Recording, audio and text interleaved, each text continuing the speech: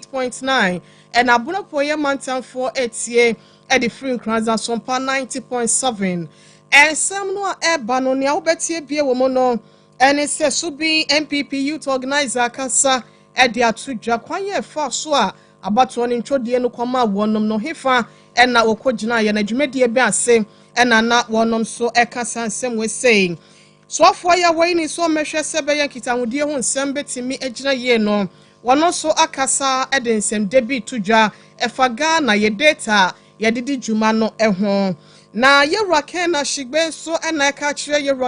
John Draman Mahama mampanyi se galamse ko no enye se wode wano kana akwa na se wo fa na ni ha eyade a edinte ne wo mia ne temupa na reho sembi esi ewo ginya se ejasi enipa nan wonom ato emu oya ebusia esemi afoforo binom eka ho ena ene anopei 21st clinic the sciatica expert wonom aboyechi doma yede babesom Europe to na de hye so no ya sedru obi monte no eno ane sa wo 0246 mame fa aba we say ma offer 0244 915 116 0244 915 116 na watimi afre bookie appointment na sanso na Sompa TV mpanyufo se enkanche ya hwefo se mo amunya ye na bi complain ye nyamo ate kompacho ye adwuma ye TV na ntenkoi NCFo na edi adwuma bi ma saa ne ma na benti ma obi risk ane ma wo ye beba na watimi anya Sompa TV ahwe adwumadie mapa ne bia ma bibia nso atimi akoye sanso na Sompa TV mpanyufo ne Sompa FM akendifo se yensi adofo nyina na yahwefo yetiefo se yedamoase ye ba Sompa ewo soami mo ne yatena kwampa so yedane yeni yankasa ye fie ye no wo ehwea adabraka baabi a 21st clinic edan ne wonwa ne ho na sese de ye konti no efiri na wotwe ba besimi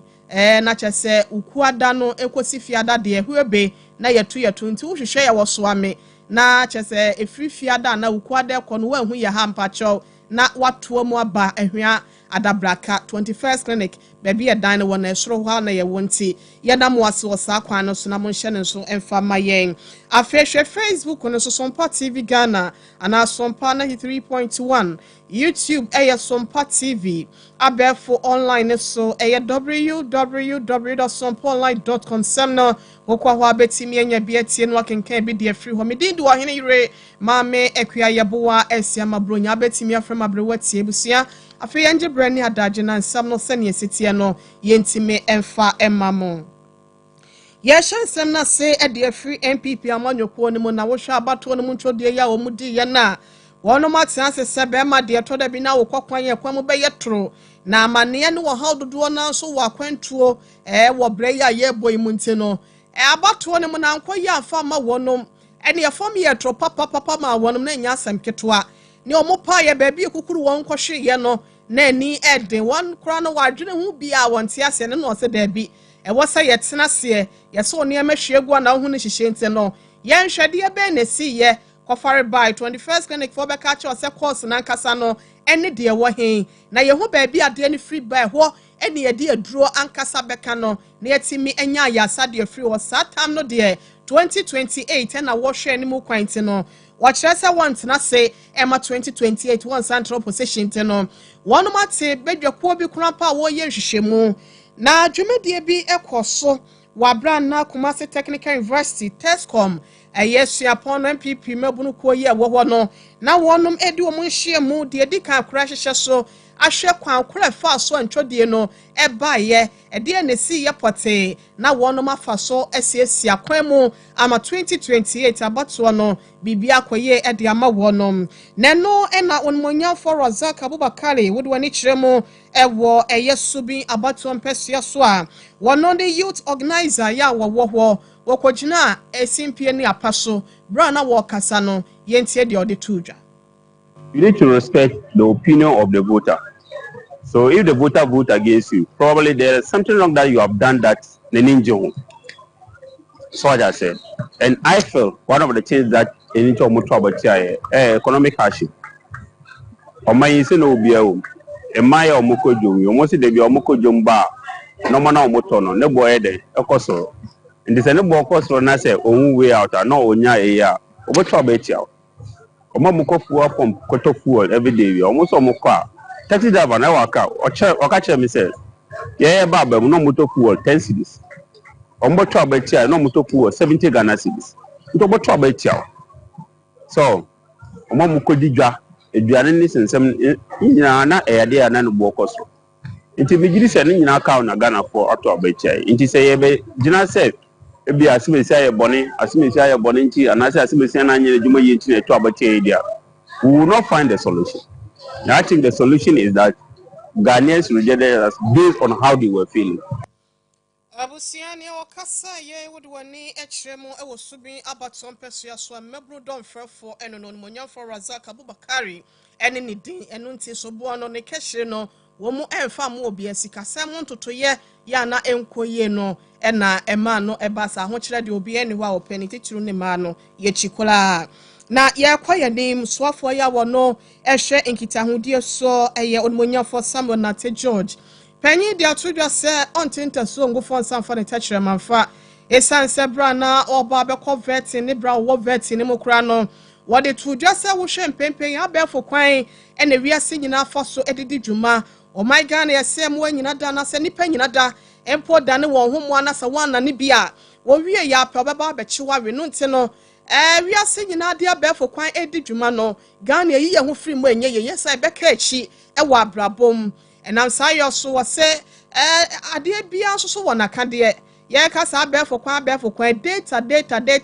ofun kita person ko online o person ko ye enema bi won tenten fidie no so na woni data na wontimi enko e te said you use mobile phone na sim card anima so person ye ko enye yie eno ntini data no so hwe a ne boa ye de papa eno nti wase wa bei oba bepa eye committee we enafo dunan pe ana wode ma wonum se wone womom obi omuka bi ewom e wosa adwuma ne ho no enni kasese ana sento kese na wonum enhwe kwan kro obefa so na de dunan yi wonum entimi fa no yemra no mu hwe kwan pa obefa so ama Ghana for data ho sensem no ebo no so hwan e de amayen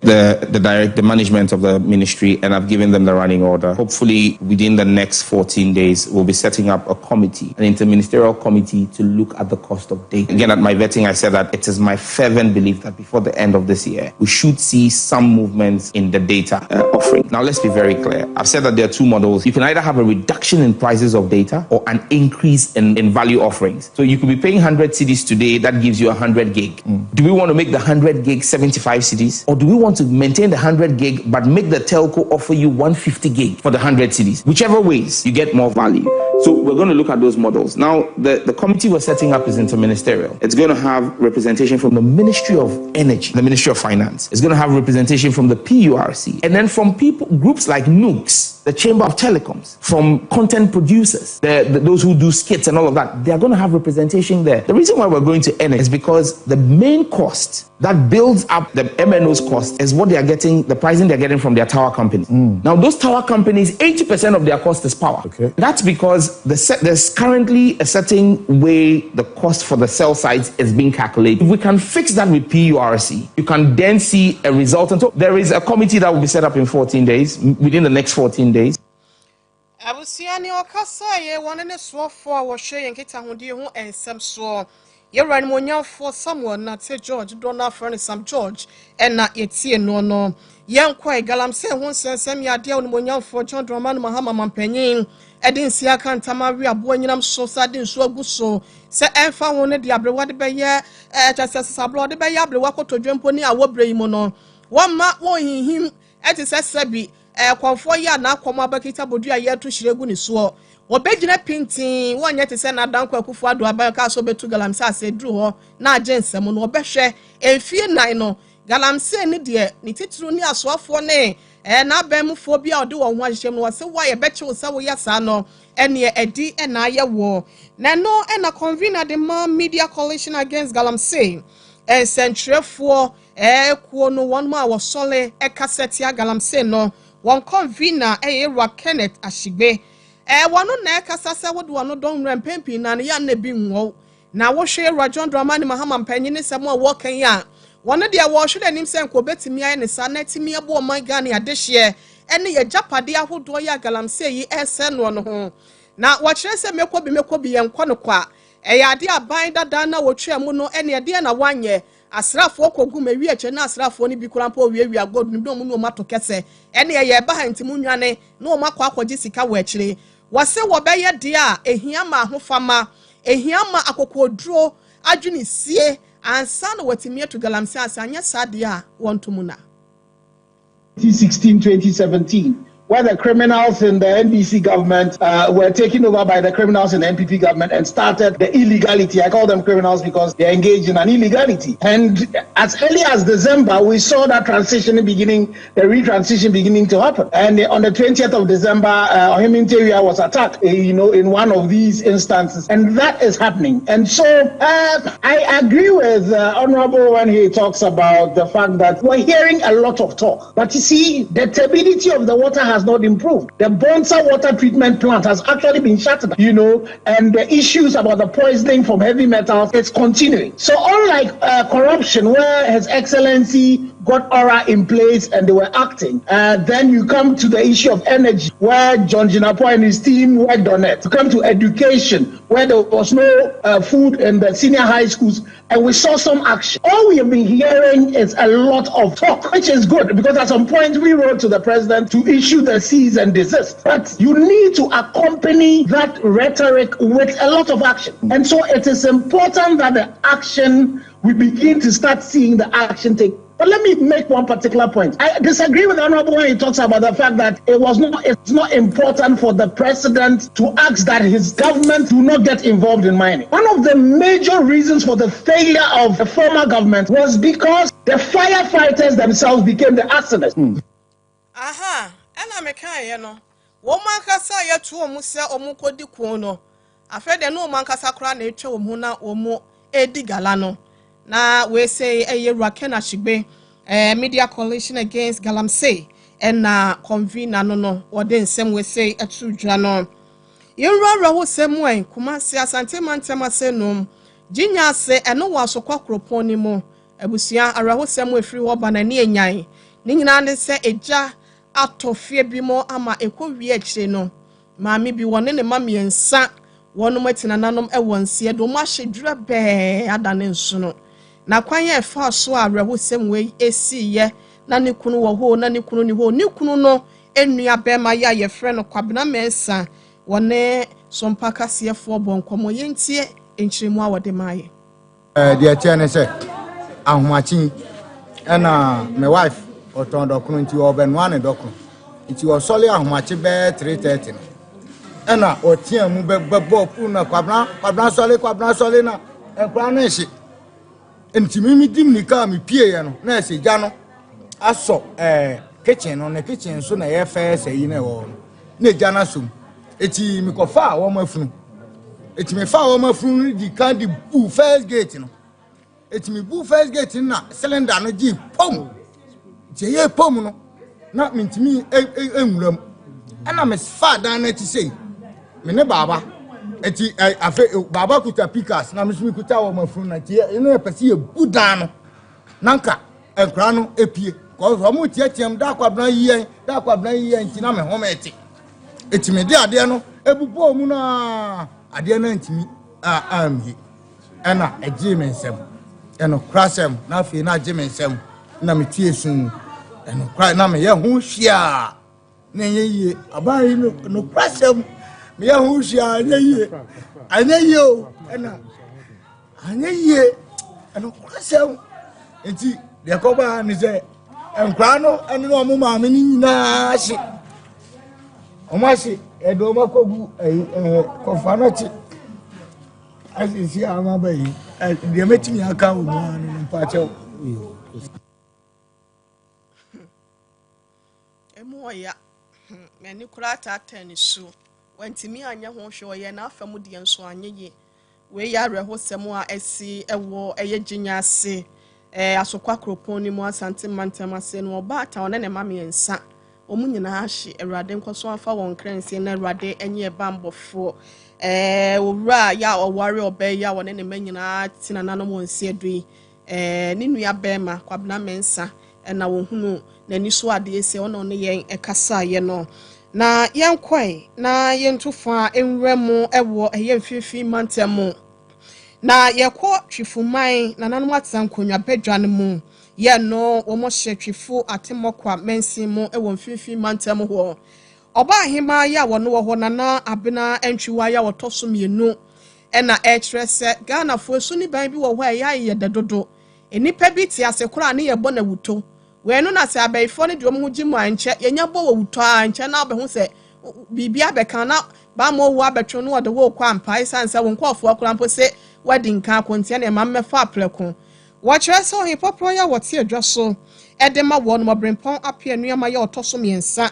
ya wono na ye president edema twifu traditional council no enipa bi na mabefo social media yi so ne radio stations ahodo bi se watina nanom wonse do kwa akura na no ena na nantwi we ka se oho asem we sei enye nokore yentie nkyiremu ene nsema foforo bi a wode to asomaye enti na ye pese ye kama Ghana nyina te se ye man hene obrempon apienu ama doctor otiase onwuye enti ye pese Ghana man nyina ehu se na amoa sasraku eye heman hene na wawu enti ene twifu ahemafo atrankonwa ya sori ye na se ne mote ye nka na ne sa aseso amatan na ye akonwa na ye de ye mamma matena so enti ye ntena se twifu ahemafo ya mi na abena ntwiwa twifu ba ahema me da no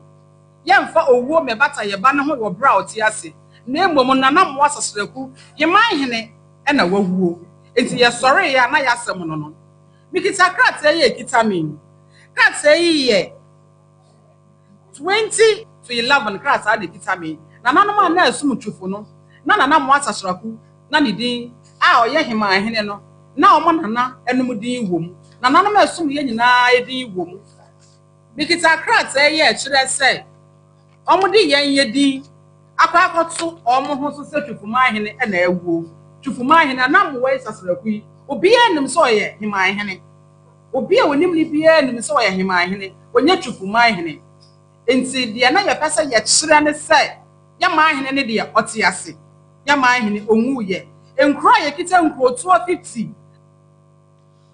abusia nipa yete ne nken eye nana abna antwiwa ya wotoso mienu oba ahema ya wono ewo twifuman nana no matankonwa asase so no ena yetie no no yebekọ yanim ne yakọ afomantem ne mo ansa na no ma yenka nkyerɛ wo sɛ ohuna baabi atwetwɛn ne titiro ne sɛ oto ase hɔ no ɛyɛ wo yawo de ne twetwɛn wo tutu wo sire mɛtɔ da bia na ɛyɛ wo yawo ananto wo nanti ne wonyina da etimi ka hɔ ɛne wo namro mu obi de akodum pɛmpɛn so so hyɛ mpaboa na awuro wonte ɛno ne siatika no ɛno na 21st clinic sɛ bra na yɛnto ase ma ɛmfa nkɔnante yanomfo yi so mo nkɔgye usika ense wo bre no adaje no wonsa nhye yade ne mukura kena mfa mawo enu nti no sciatica expert for say apart from sciatica no krampo no wo sa no ana wo bre bo fibroid awo ho nsem yade bia ha wo bia na laboratory test bia na pesa wo ye no ene scan service ni nyina ne bra na wonye emfa mawo enu achi no machine treatment wo ho massage papa bi ekoso ehwe overseas afon radio nchawa santimanta mabehu no owo boase council quarters sunwane regional hospital first gate ni hwe ni mu ba bi etima fidie ni se no nkranza oben children's park no emiamia no eye 15 ana dunum ene echireji abai na for 0540 311 311 0540 311 yeko Europe abonten so kotu isiatika ene nyalewa hodo na yasedru ho biem yakasa ya no yewo ho enti wo de fa bai ne book appointment samu ye kokon nsafo anasa abusua ankora isiatika yade ne yade bia no wo je bibiduro di nko ade a ene na wo se wo ne yeto kese wa bra wo frɛ anasa wo WhatsApp wonom e de 0244 915 116 0244 915 116 na bibia koye e de amount Sompa TV no de anu nya atekọ numbers no aka bom mesrew ma obi me risk animal ye adwuma pa esane ma atwa fa wachi na etimi nya Sompa hwe na etie nsempa na nyina yenya aketua pa saa so ena Sompa TV ne Sompa FM panyufo se ye free swame kuma se swame ne mpempen ye wo free nyame ya adoma da ukuada ekono wonti yenka wa hase no mbie na mom obeti yenka na eye ahwa adabraka baby at 21st clinic dynasty na ho a ene ye wo enti no ya na mo pe na mo aba ho ebi apese obi sa sembi wo bibi apese wo ne ye to kese wo ho di anu to aye aba we say wo wo number no so no wa 0272 660721 0272 660721 and 0207 156 509 0207 156 609 0207 156 609 yada mo asese mo hye we senso ede amayen afe yen kwai na yenwremu ewo afomantam no emu NDC chairman na se titina fo ya wono free empesua hodo besensie mu wato wachita ye ede amon monyafo ya wochre wono ne afomantam no NDC titina ni ese wonhwe sebe nyame ya adoma wochinechi ye 11 February wo hwe ye council of elders one mabato ya eba so no a wo chese wono ena obetimi de won sesi won bo se wo sefata na ne dwumedie ya wadie no owa akokoduro owa ahofam eba se yenka ekirema mpuntuo mra wontimi nyina akwafise yenya afomantam nyina no ne dodo na afa kese no na hoɔden no efiri onmonyafo ya wɔkyinte no wɔwɔgidie wɔabrɛhyɛmu sɛ wɔto aba no edema no ɔbɛhwɛ agye mpuntuo sɛ deɛ ɛwɔ na koma so no na wɔde akɔ akoto mampanyifo ama bibia nso atimi akɔyie Why assembly man 89 at the party next saa in 2020 do for obi a NDC party no odi akirache or experience oko local government muso a or experience odi assembly man 32 years ni NDC e ka se obi a onkotu from ampanyofo a na sa ni die obi dada obi o sa ni die dada enya afi no kwakusua afi bia ana ne pani die so no onyini osa na ni sa da fom a afutu bi a september president no obetumi di amama ampani e papa alaji kwalizada mp obi a tinidi se mp se one mp a wache wo parliament pa la chama obo anu ma sa di nkese ne papa nyina ye papa ya wache nyina se wadi chama ya papa se ti ya for region wata be original chairman ye nim se one papa okuta experience ampa so obeye chairman ha for region no nyina nim se hwa hafo a ye kuta mp nkonwa miru pe 2 seat eye Stufi South na Sunafo South eye papa alaji kolezada ho ene e papa re kukuku ene me no kasei ya sai nya miensa kan amana ko yilu seat ni nyina ensia afomantem ne mo empanyimfo ya wonom wo NDC amanyoko no mu bie titina fo mpesua besensia eso no ena wo to achitaye akanfo no monyafo ya wochre ede ama council of elders empanyimfo se wonhwe na wontimi ma ne se de bre no koto aban ne fo afa yefa okansie mo nsemtew emfa entwem English FA Cup no fourth round no say ena eye eniema esi etie least nrada wono metena fie ema me wofo ebetwa wono ekamienu ema wono so entimi ante ho na Letten Orient etena fie sheka ba koma Manchester City ebetu mienu etia wono Coventry 1 Leipzig 4 Everton 0 Bournemouth 2 Preston 0 ena Wem Combin so so de ano ko 0 wo ho Southampton 0 Burnley 1 Stoke 3 ena Cardiff so share 3 wo ho Wigan 1 Fulham 2 Birmingham 2 Newcastle 3 Brighton 2 and a Chelsea and so a share 1 ewo and Blackburn dumienu pɛ mo ni Wolves for no de bɛbɔ ani ama Premier for no so ne Liverpool dia 3 p.m. abaso 5:35 Aston Villa and afe Tottenham Hotspur for no de no abaso china Doncaster ne Crystal Palace nso de no ebetimi abaso na chese wey English FA Cup 4th round no ho ensem ene ye de amamu no yenko La Liga ne mu week match and I say week 23 no results in the fixtures senia esi etie enua da Celta Vigo what na fie jedwa wo ma Rebetis for beto wonum no wotwa Rebetis for kamien sama wotemu mienu Athletic Club na fie etwa giro na kamien sa wonum entimi ansimu adabraka Las Palmas 1 Villarreal 2 Real Madrid 1 Athletic Madrid and so share 1 ewo so ena ene Deportivo Alves for 1 p.m. Omune Gatefe the Baboni 3:15 exactly Valencia and Lagnis for no at the end ebeshe so Real Sociedad 5:30 prompt one of the Espanyol so at the beshe so Sevilla for and Barcelona for Diano ebetoja 8 p.m. and enyumre no cha Real Mallorca and Sony Osasuna Diano 8 p.m. and also etimi abayen for we say en chatwo na yes sorry just Italian Serie A no results in the fixtures no say na a city and rada Hellas Verona wonum tenefie Atlanta for ebetumre ewo wonum fie kapole pole enum wonum entimi ansimu adabraka empole so tenefie ma Milan for no ebetwa wonum kamienu a wonum enso entimi ante Torino 1 Genoa 1 way any enua games etsoja ewo Italian Serie A ni mene